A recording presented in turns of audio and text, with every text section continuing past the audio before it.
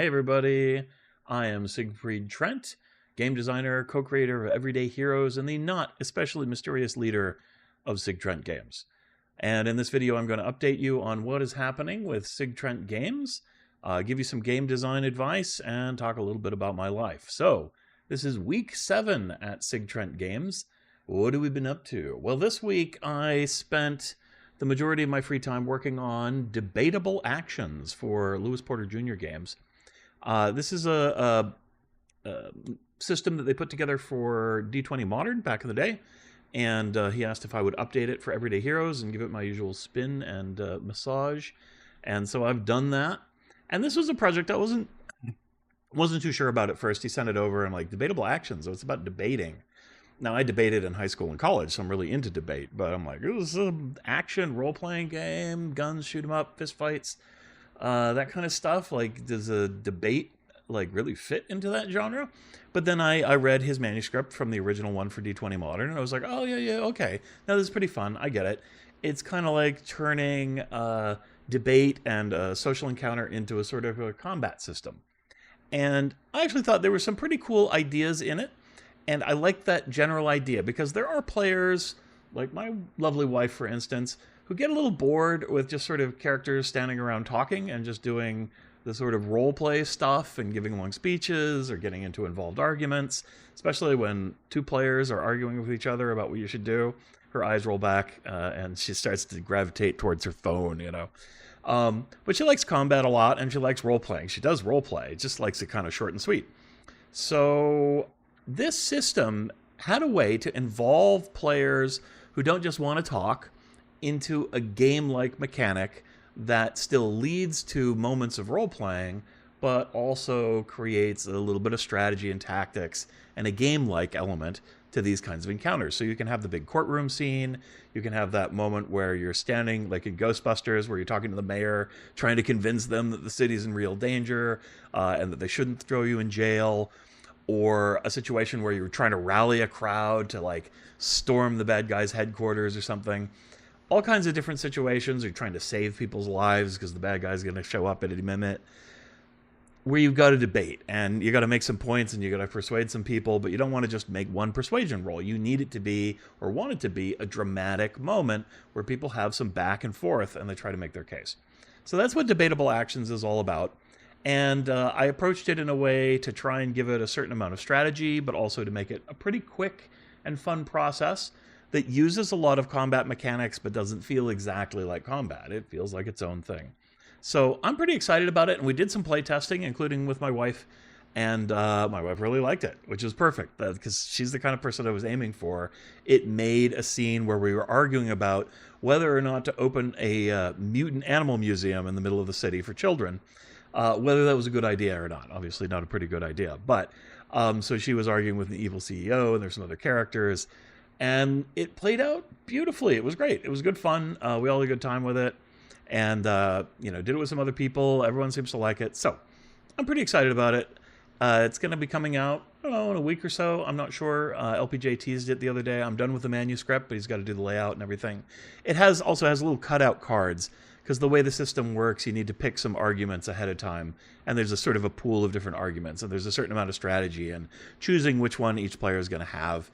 You can play really defensively. There are these rebuttal cards that are kind of like reactions, and then there are sort of like attacks, but they're called arguments. You make an argument, and you make an attack roll, but it uses skills that normal combatants wouldn't have. So the smart, wise, and charismatic heroes, charming heroes, are definitely going to have an advantage of sorts in these debates, but I made sure that there were arguments and rebuttals that any character could use, or that were specifically tailored to other ability scores like strength, dexterity, and constitution that made sense in the context of a debate. There's a little bit of humor in there. It's just kind of fun. So if you want that kind of a scene in one of your adventures, it's a great system. And the other thing that Anne brought up is she's like, because I said before she hates when the players are arguing with each other, it's actually a pretty good PvP system because, what happens is you win an argument. It's not like anybody dies or loses anything exactly. So if you've got those players who are arguing, the game master can be like, all right, we're going to settle this with the debatable actions. Pick your arguments and roll some dice. And then, whoever manages to win the debate, they get they get to decide what the party's going to do. And, you know, the party can all divide up and participate because you can do it one-on-one or you can do it multiplayer. It's a very flexible system. So that's Debatable Actions coming pretty soon. I'm pretty excited about it. Hope you guys like it.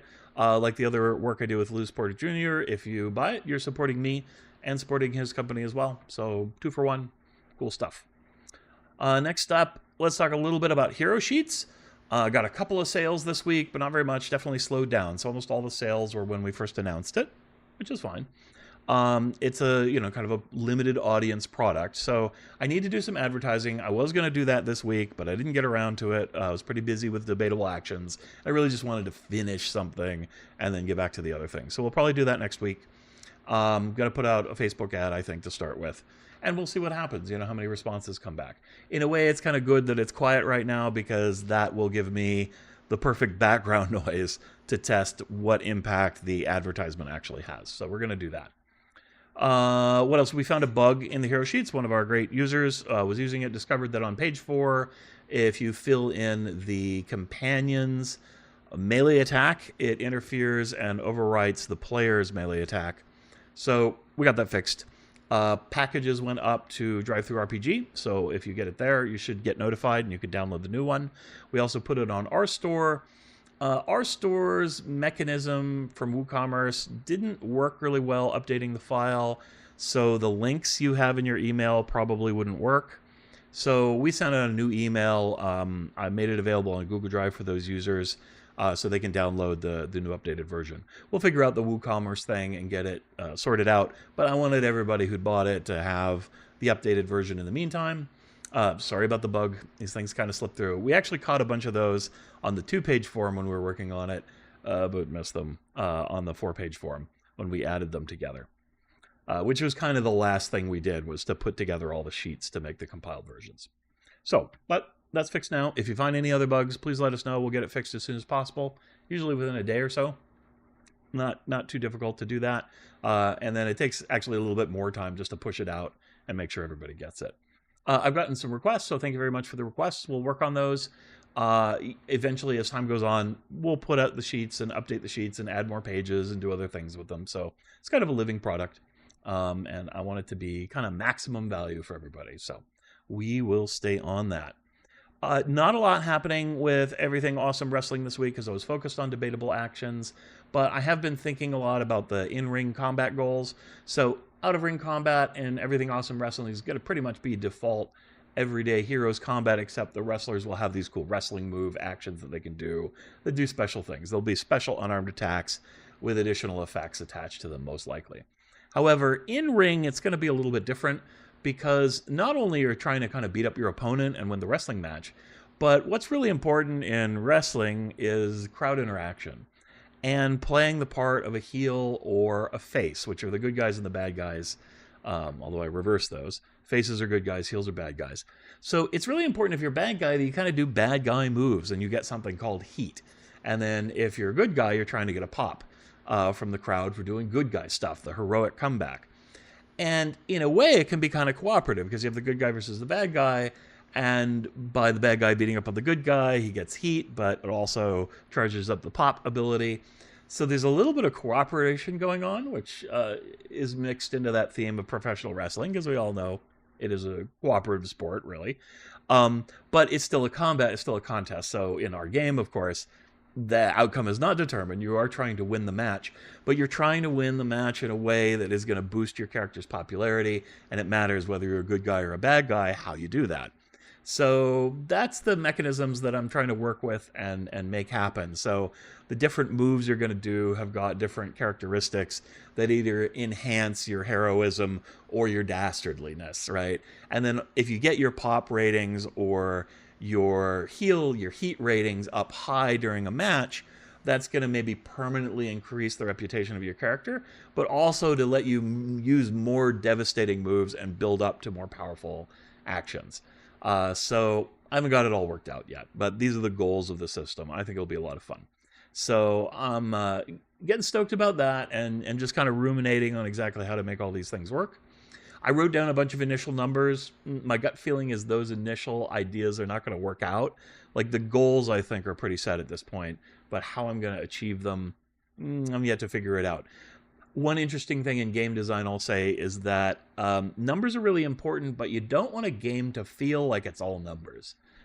You want it to feel like the moves are organic and they're part of the world and they have a role-playing element. And if you have too many numbers to track, it starts to kind of erode that just in a sense of mentality. That was one of the problems with 4th edition in a way. It wasn't so much numbers in 4E, but it was just sort of mechanics. And the mechanics would kind of take over your brain and just make you think about the mechanics instead of the role-playing. And you want a nice balance, or at least my role-playing genre is you want a balance between those two things.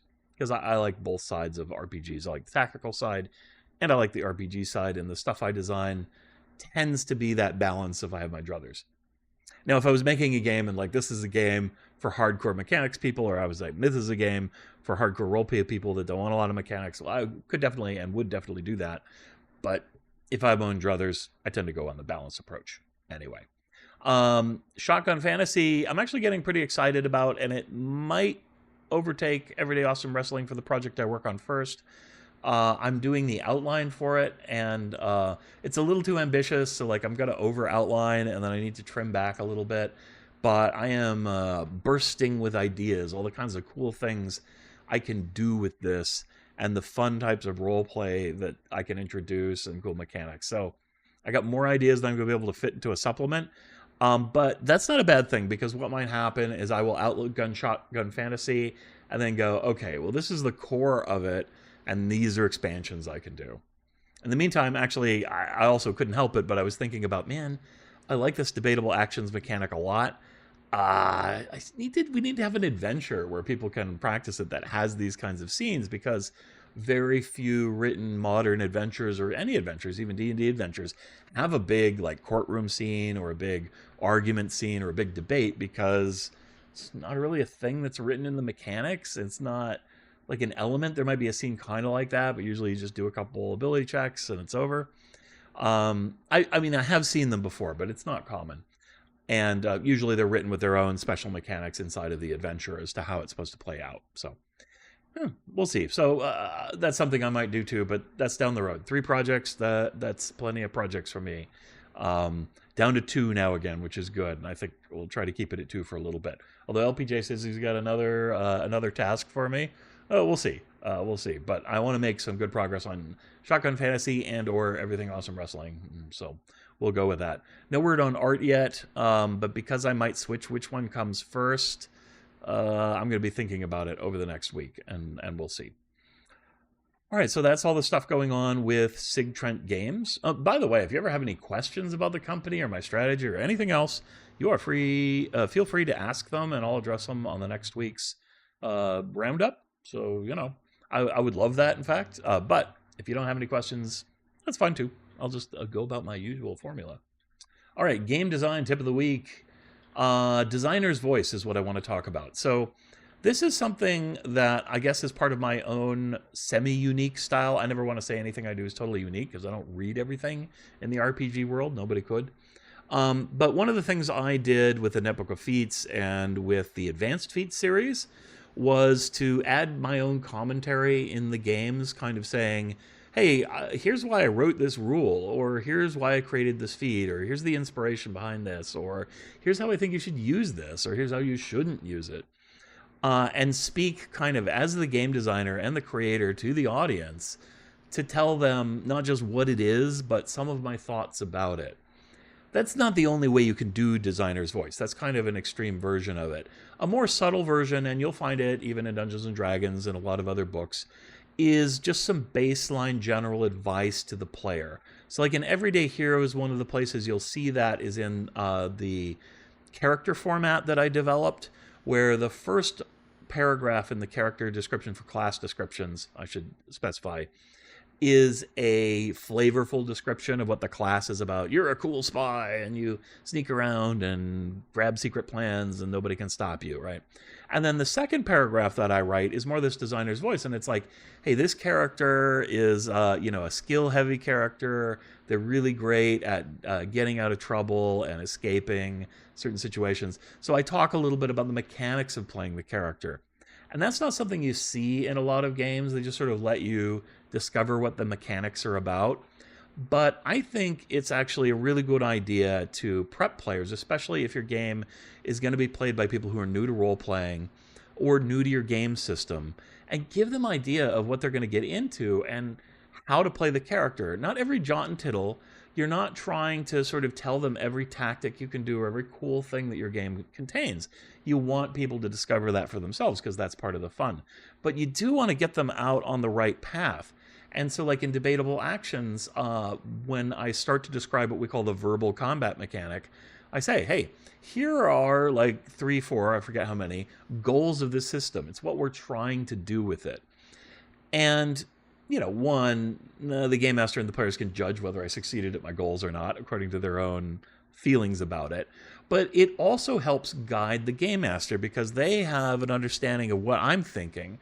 And so when they run it, they're going, oh yeah, okay, so we don't want this to take too long, so we're going to try and help the players make some good choices as they play.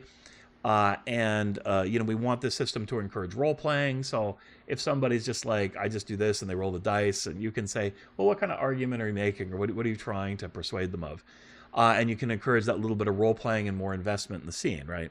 So by outlining my intent, both the players and the game master have a ground to start with and to interpret what they're about to read instead of it just sort of coming out of nowhere. This is especially good when you've got a mechanic that's new or different.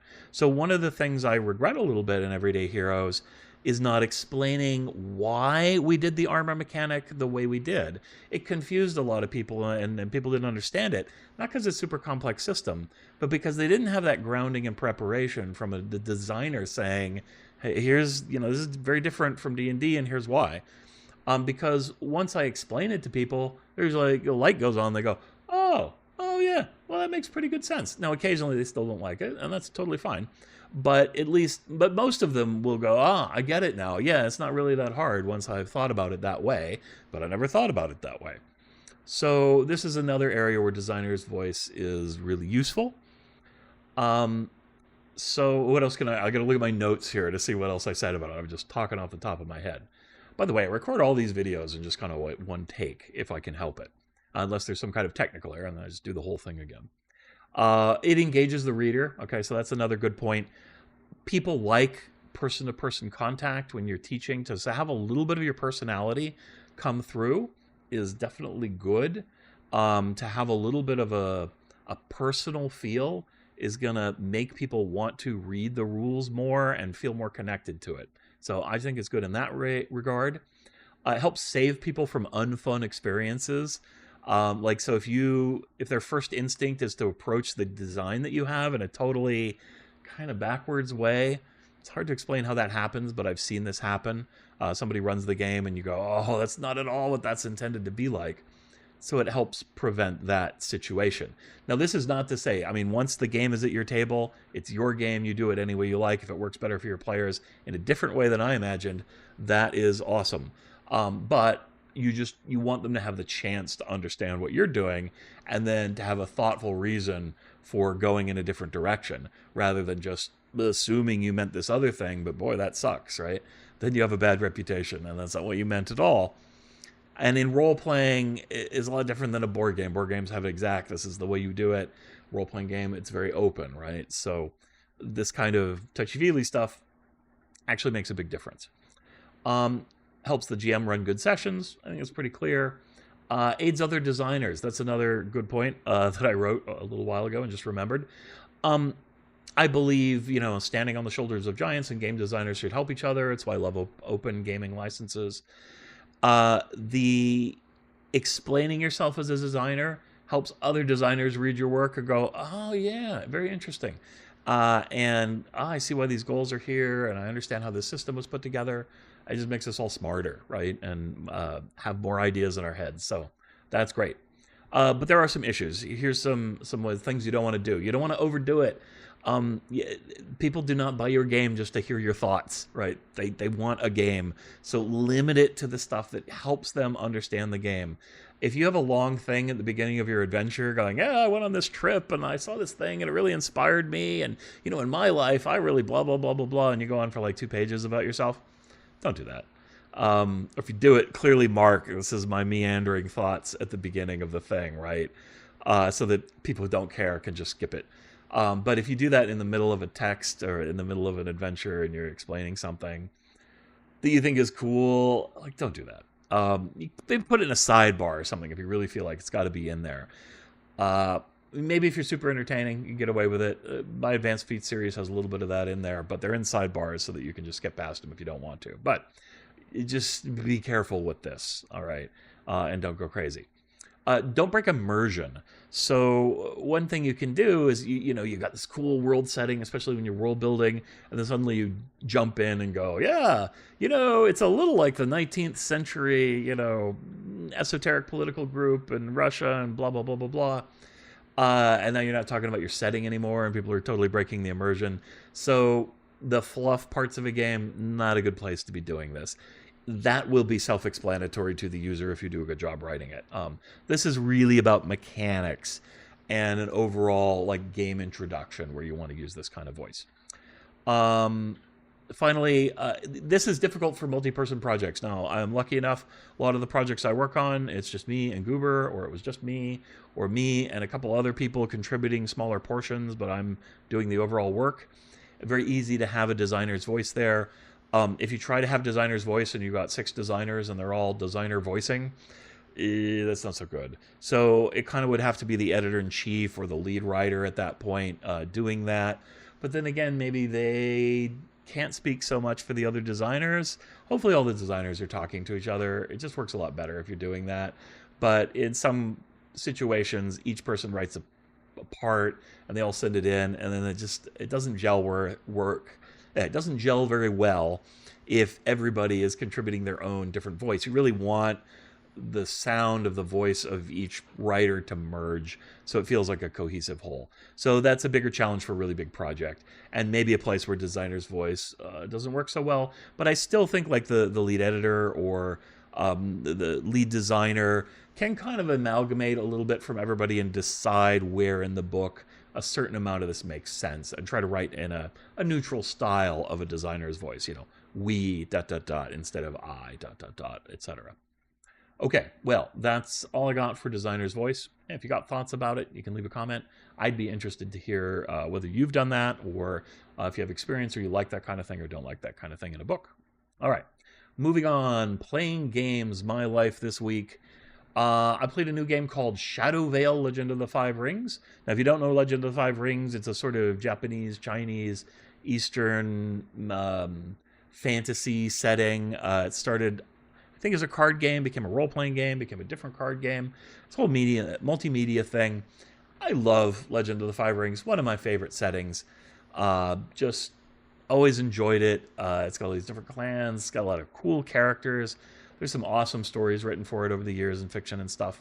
Love the art that's been done for it. It's just close to my heart. One of my favorite fictional game settings. Anyway, but they've never really had a video game for Legend of the Five Rings. There's been some homebrew mods and things for stuff, but never an actual licensed game. So this, I was like, oh, there's a licensed video game. A new company has the rights to the license now and is putting out new material. I haven't read very much of it, but I wanted to try the game. So it's called Shadow Veil. There's a free demo for it. I haven't bought it. I just got the demo. My opinion is it's okay. Pretty good. The art, pretty good. There's a lot of things pretty good. It's a roguelike game where it's kind of expected you lose a lot, and so you make some strategic decisions and you go out and you do semi-tactical auto battles. So you set up where your guys are, but then they just sort of fight on their own according to whatever special abilities they have and timing and stuff. And they have their own AI for moving around the map. So you don't have a ton of control other than kind of strategically picking which path you want to take through the Shadowlands and what items you want to equip to which characters and how you want to level people up. Not my favorite kind of game. I like a little bit more control than that and a little bit more kind of deep tactical thinking than this game has. I played around with the strategy. You have some control over things, but it often is a little bit unexpected how the battles play out, and you can't really replay the battles a lot very well without huge penalties, and so you don't get that try, experiment, try again. I guess if you played enough and you know all the maps and all the possible creatures that could be on them or something, but I don't know. So that part of it didn't work great for me. The voice acting was also, it's like good voice acting. And I've never heard Legend of the Five Rings voice acting, but to me, it didn't sound. I know these characters pretty well, and in my head, they sound very different, both in the way they are written and the sound of the voices. Partly because I imagine them with Japanese voices, and these are all American speakers speaking in American accents, which may be a better cultural choice than having Americans speaking in Japanese accents, but still, it just doesn't feel right. I would have rather, actually, if all the dialogue was in Japanese and then subtitled. That would have been amazing, but probably not commercially a great idea. So I don't know.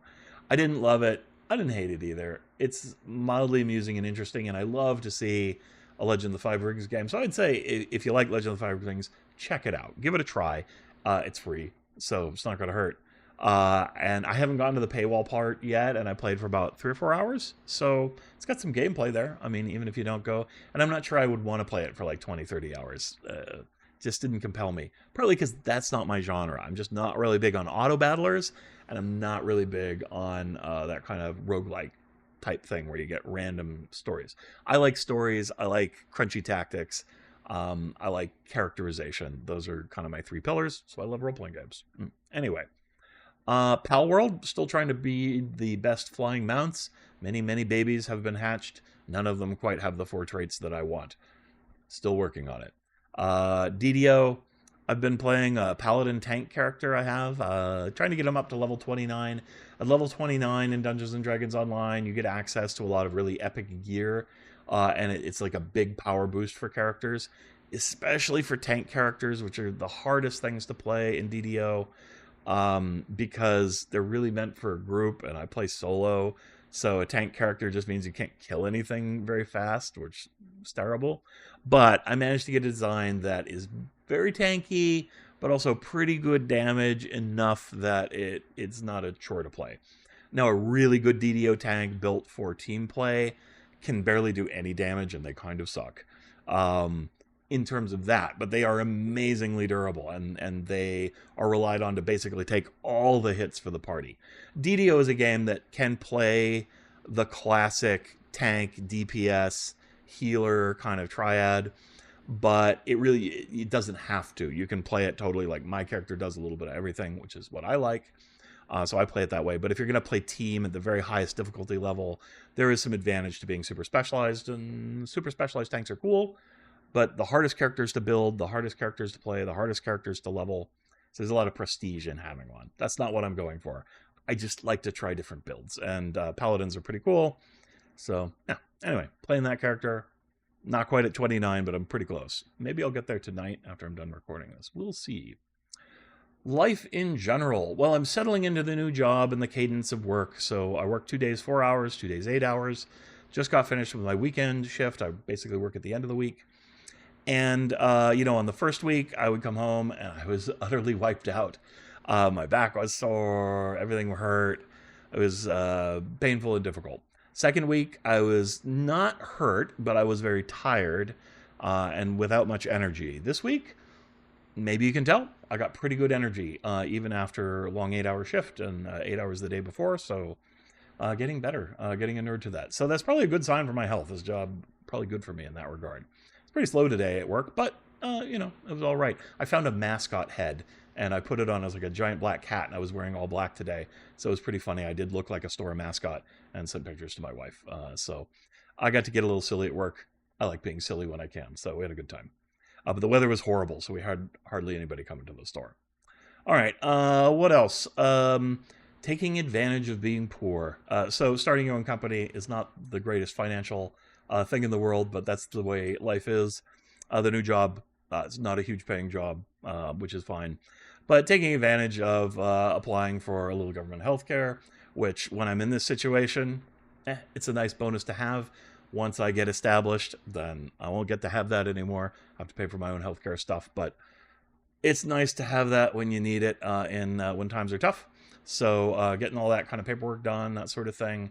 But it's nice. I'll get a little bit of preventative checkup work done while I've got that.